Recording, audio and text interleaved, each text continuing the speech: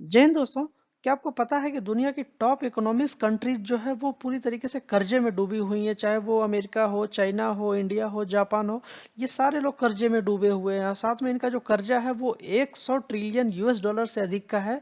तो इनको इतना कर्जा दे कौन रहा है? ये कौन है किंग जो इतने खर्चे कर रहा है, जिसका टोटल वैल्यू है 140 ट्रिलियन प्लस जो है टोटल वैल्यू है। तो इसके बारे में विस्तार से चर्चा करेंगे और आपको पूरा विस्तार से बताएंगे। अगर आपने वीडियो को लाइक नहीं किया तो लाइक करिए, चैनल को सब्सक्राइब करिए। साथ में इस वीडियो का टारगेट रखा 1000 लाइक और 100 सब्सक्राइबर का, तो प्लीज़ लाइक एंड सब्सक्राइब।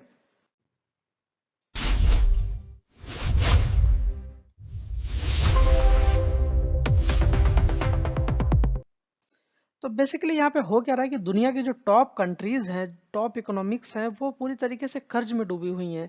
अगर हम यहाँ पे बात करें वर्ल्ड लार्जेस्ट इकोनॉमिक्स कंट्रीज की, जिसमें यूएसए, चाइना, जापान और इंडिया आते हैं, ये लोग हैविली एक तरीके से पूरी तरीके से कर्जे में डूबे हुए हैं। साथ में इनकी जो जीडीपी है, उसका जो टोटल जो घरेलू उत्पादन है, उनकी जो एनुअल खर्चे हैं उससे कहीं ज़्यादा अधिक है। साथ में ये लोग, इनको कर्जा लेना पड़ता है अपनी जो है जीविका चलाने के लिए। अपनी जो यहाँ के जो लाइबिलिटीज हैं वो भी बहुत खतरनाक तरीके से बढ़ चुके हैं। साथ में अगर हम इसके कारण की बात करें, ये क्यों हो रहा है, तो बेसिकली यहाँ पे जो सरकारों का जो मुख्य रूप से जो बॉन्ड जारी करते हैं या बॉन्ड से जो पैसे उधार लेते हैं बॉन्ड मार्केट से, उसकी जो टोटल रेवेन्यू जो होती है ना, जो टैक्स होते हैं, उसके जो राजस्व से योजनाएं बनती हैं, बुनियादी ढांचे जैसे इंफ्रास्ट्रक्चर, इन सब चीज़ों में welfare infrastructure and employ salary जो चलती हैं, वो पूरी तरीके से अपर्याप्त है, इनसफिशियंट है। ठीक है, तो इसकी वजह से इनको और कर्जा लेना पड़ता है। और साथ में व्हाट नेक्स्ट की अगर हम बात करें, यहाँ पे आगे क्या होने वाला है, तो ये जो देश हैं, ये बड़े देश हैं, इनके जो प्रबंधन है, वो कर्ज प्रबंधन वो ठीक से कर नहीं पा रहे हैं।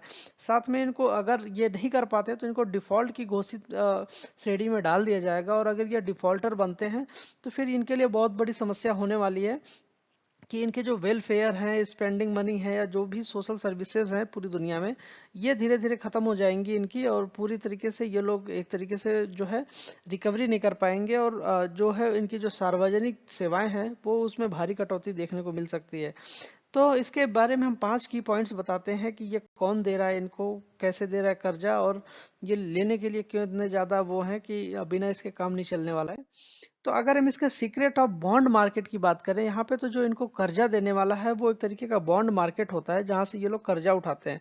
ठीक है, तो यहाँ पे अगर मैसिव स्केल ऑफ डेप्थ की अगर हम बात करें, तो जो 4 कंट्रीज हैं, जिसमें कि 5 लार्ज इकोनॉमिक कंट्रीज में यूएसए, चाइना, जापान और इंडिया, ये एक तरीके से ट्रैप में फंस चुके हैं, एक मैसिव डेप्थ की साइकिल में चल रहे हैं, जिनका केवल यूएस जो है 1 ट्रिलियन यूएस डॉलर एनुअली जो है इंटरेस्ट पे करता है। आप सोच सकते हो कि 1 ट्रिलियन यूएस डॉलर जो है अमेरिका केवल इंटरेस्ट पे करता है। इसका जो मूलधन है, जो इसकी प्रिंसिपल अमाउंट है, वो पूरा बचा हुआ है। साथ में अगर ग्लोबल मनी लेंडर की बात करें यहाँ पे, तो ये जो इनका जो ग्लोबल मनी लेंडर बनता है वो बनता है बॉन्ड मार्केट। ठीक है, ये जो किंग मेकर है या किंग जो है, ये है बॉन्ड मार्केट।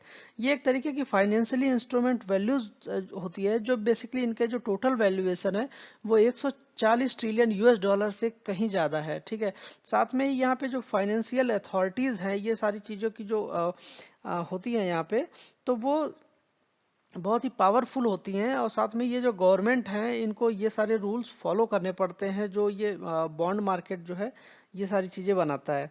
ठीक है, अगर हम डिविड एक्सीड आउटपुट की बात करें, तो यूएस के लिए अगर हम बात करते हैं, तो इनका जो टोटल डेप्थ है वो greater than the entire GDP से कहीं ज्यादा है। ठीक है, तो इनकी जो टोटल जीडीपी है उससे ज्यादा है। साथ में सिमिलरली अगर देखें, चाइना की जो डेप्थ है वो 96% है। टोटल जीडीपी का जो 96% के लोग केवल डेप्थ में जूझ रहे हैं। और साथ में अगर इंडिया की बात करें, तो 83% इंडिया भी जूझ रहा है इस सब चीजों से। साथ में ही इनके जो डेंजरस रिलायंस है, जो कोई फ्यूचर अर्निंग्स को लेकर के है, तो वो अभी अभी की जो करंट एक्सपेंसेस है उसको ही नहीं कवर कर पा रहे हैं। ये आगे की जो फ्यूचर अर्निंग है उसके बारे में तो ये सोच भी नहीं सकते। साथ में अगर थ्रेट्स ऑफ डिफॉल्ट की बात करें, तो यहाँ पे जो डिफॉल्ट, अगर ऐसी कोई कंट्रीज है जो इनको इनके रूल्स को फॉलो नहीं करती है तो उसको जो है ग्लोबल शॉक लग सकता है यहाँ पे, क्योंकि इनको जो डिफॉल्टर की लिस्ट में डाल दिया जाएगा।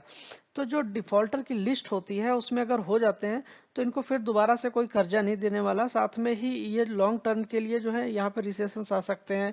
यहाँ की जो पूरी इंफ्रास्ट्रक्चर है वो एबिलिटी जो है गवर्नमेंट की वो सारी बिगड़ सकती है। साथ में फंड क्रूशल सर्विसेज जैसे कि हेल्थ केयर, एजुकेशन और सोशल वेलफेयर की जो यहाँ पे फंडिंग की बहुत ज़्यादा दिक्कत हो सकती है, और यहाँ पे पैसों की कमी की वजह से ये सारी चीजें जो है पूरी तरीके से चरमरा सकती हैं। तो इसलिए यहाँ पे अगर कोई देने से मना करता है या कोई कंट्रीज ऐसी चीजें डिनाई करती है तो उसके लिए यहाँ पे दिक्कत हो सकती है। साथ में अगर डायरेक्ट इम्पैक्ट ऑफ सिटीजन्स की बात करें तो यहाँ पे जो सीधा प्रभाव पड़ता है इस मूवमेंट से, तो जो बॉन्ड मार्केट होता है वो डायरेक्टली इफेक्ट करता है एवरी फाइनेंशियल ऑफ सिटीजन्स को।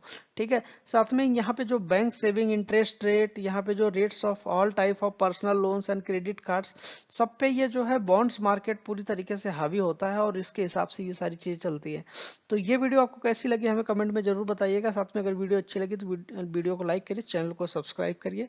धन्यवाद।